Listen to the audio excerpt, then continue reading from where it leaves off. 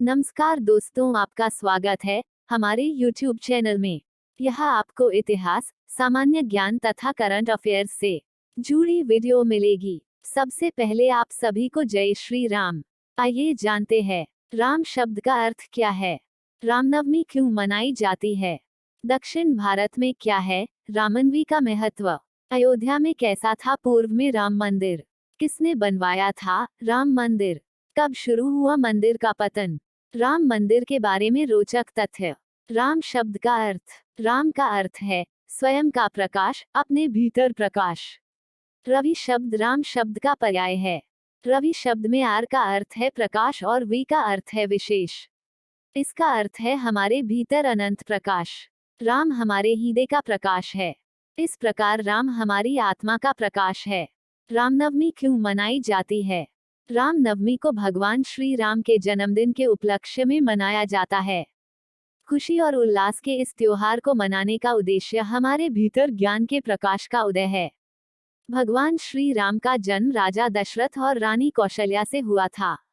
श्री राम नवमी का त्योहार चैत्र माह के शुक्ल पक्ष की नवमी को मनाया जाता है।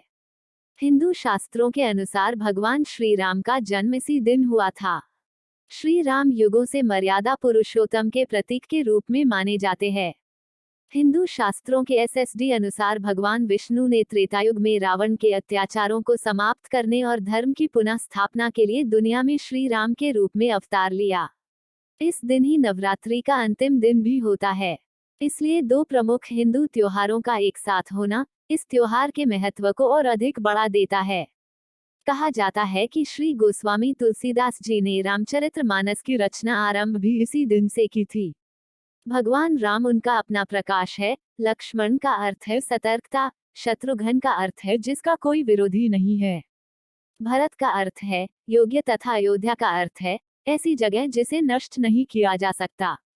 हिंदू धर्म में इस दिन विभिन्न धार्मिक ग्रंथों का पाठ, हवन, पूजन, भजन आदि किया जाता है। इस दिन कई लोग शिशु रूप में भगवान श्री राम की मूर्ति की पूजा भी करते हैं। इस दिन रामलला के मंदिर आकर्षण का केंद्र होते हैं। साथ ही यहाँ का प्रसाद वितरण भी खास होता है। कुछ लोग इस समय नवरात्रि में 9 दिन का उपवास रखते हैं और अंतिम दिन भगवान राम की पूजा के बाद उपवास खोलते हैं और आशीर्वाद प्राप्त करते हैं। दक्षिण भारत में है रामनवमी का अलग महत्व। जैसा कि हम जानते हैं, भारत में बहुत ही विभिन्नताएं हैं।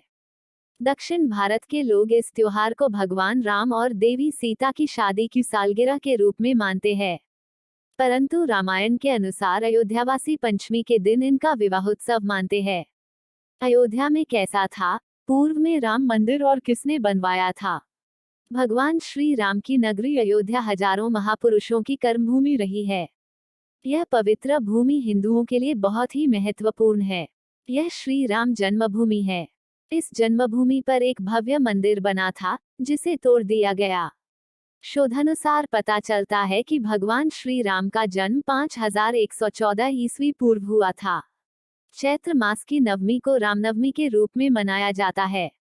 पुरातात्विक तथ्य। अगस्त 2003 में पुरातात्विक विभाग के सर्वे में कहा गया कि बाबरी मस्जिद बनी थी। वहां मंदिर होने के संकेत मिले हैं।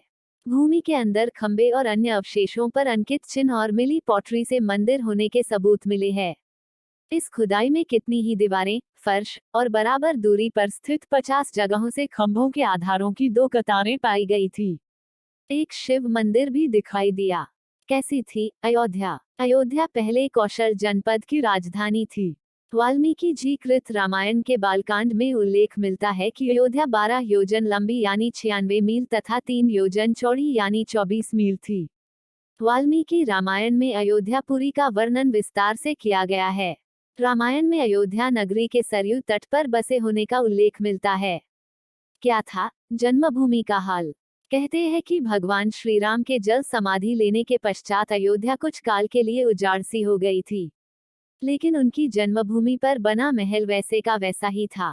भगवान श्री राम के पुत्र कुश ने एक बार पुनः राज बनाया भव्य मंदिर। इसके बाद यह उल्लेख मिलता है कि ईसा के लगभग 100 वर्ष पूर्व उज्जैन के चक्रवर्ती सम्राट विक्रमादित्य एक दिन आखेट करते करते अयोध्या पहुंच गए। विक्रमादित्य को इस भूमि में कुछ चमत्कार दिखाई देने लगे। तब उन्होंने खोज आरंभ की और पास के योगी व संतों की कृपा से उन्हें ज्ञात हुआ कि यह श्री राम की अवध भूमि है। उन संतों के निर्देश से सम्राट ने यहाँ एक भव्य मंदिर के साथ ही कूप, सरोवर, महल आदि बनवाए। किसने दी गवाही कि भव्य मंदिर था? इसके बाद कहते हैं कि चीनी भिक्षु फाहियान ने यहाँ देखा कि कई बौद्ध मठों का रिकॉर्ड रखा गया है। यहाँ पर 7वीं शताब्दी में चीनी यात्री हेनित्सांग आया था। उसके अनुसार यहाँ 20 बौद्ध मंदिर थे तथा 3000 भिक्षु रहते थे और यहाँ हिंदुओं का एक प्रमुख और भव्य मंदिर भी था, जहाँ रोज हजारों की संख्या में लोग दर्शन करने आते थे, जिसे राम मंदिर कहा जाता था। कब शुरू हुआ मंदिर का पतन? इसके बाद ईसा की 11वीं शताब्दी में कनौज नरेश जयचंद आया तो उसने मंदिर पर सम्राट विक्रमादित्य के प्रशस्ति शिलालेख को उखाड़कर अपना नाम लिखवा दिया। पानीपत के युद्ध के बाद जयचंद का भी अंत हो गया। इसके बाद भारतवर्ष पर आक्रमणकारियों ने काशी, मथुरा के साथ ही अयोध्या में भी लूटपाट की और पुजारियों की हत्या कर मूर्तियां तोड़ने का क्रम जारी रखा। लेकिन 14वीं सदी तक वे अयोध्या में राम मंदिर को तोड़ने में सफल नहीं हो पाए। कहते हैं कि सिकंदर लोदी के शासनकाल के दौरान यहाँ मंदिर मौजूद था। अतः 1527 से 28 में अयोध्या में स्थित भव्य मंदिर तोड़ दिया गया और उसकी जगह बाबरी ढांचा खड़ा किया गया। कहते हैं कि मुगल साम्राज्य के संस्थापक बाबर के एक सेनापति ने बिहार अभियान के समय अयोध्या में श्रीराम के जन्म स्थान पर स्थित प्राचीन और भव्य मंदिर को तोड़कर एक मस्जिद बनवाई थी, जो 1992 तक विद्यमान रही। राम मंदिर के बारे में रोचक तथ्य। मंदिर निर्माण में लोहे या स्टील का कोई उपयोग नहीं किया जाएगा। मंदिर का निर्माण केवल पत्थरों का उपयोग करके किया जाएगा। भगवान हनुमान जी की जन्मभूमि से पत्थर का उपयोग किया जाएगा। कर्नाटक के अंजनद्री से पत्थर, जिसे भगवान हनुमान की जन्मभूमि कहा जाता है, का उपयोग राम मंदिर के निर्माण में किया जाएगा। मंदिर के नीचे 2000 फीट की दूरी पर टाइम कैप्सूल रखा गया है। इसका मकसद यह है कि सालों बाद भी यदि कोई श्रीराम जन्मभूमि के बारे में जानना चाहे तो वो इससे जान सकता है। मंदिर निर्माण के लिए पूरे भारत से सोने चांदी की ईंटों का दान राम मंदिर ट्रस्ट को किया गया है। इस कार्य के लिए सेलिब्रिटीज से लेकर राजनेताओं तक सभी का योगदान रहा है। राम मंदिर 10 एकड़ भूमि पर बनाया जाएगा और शेष 57 एकड़ मंदिर परिसर के रूप में विकसित किया जाएगा। कमेंट में श्री राम लिखें। अगर आपको वीडियो पसंद आई हो तो लाइक और सब्सक्राइब करें। धन्यवाद।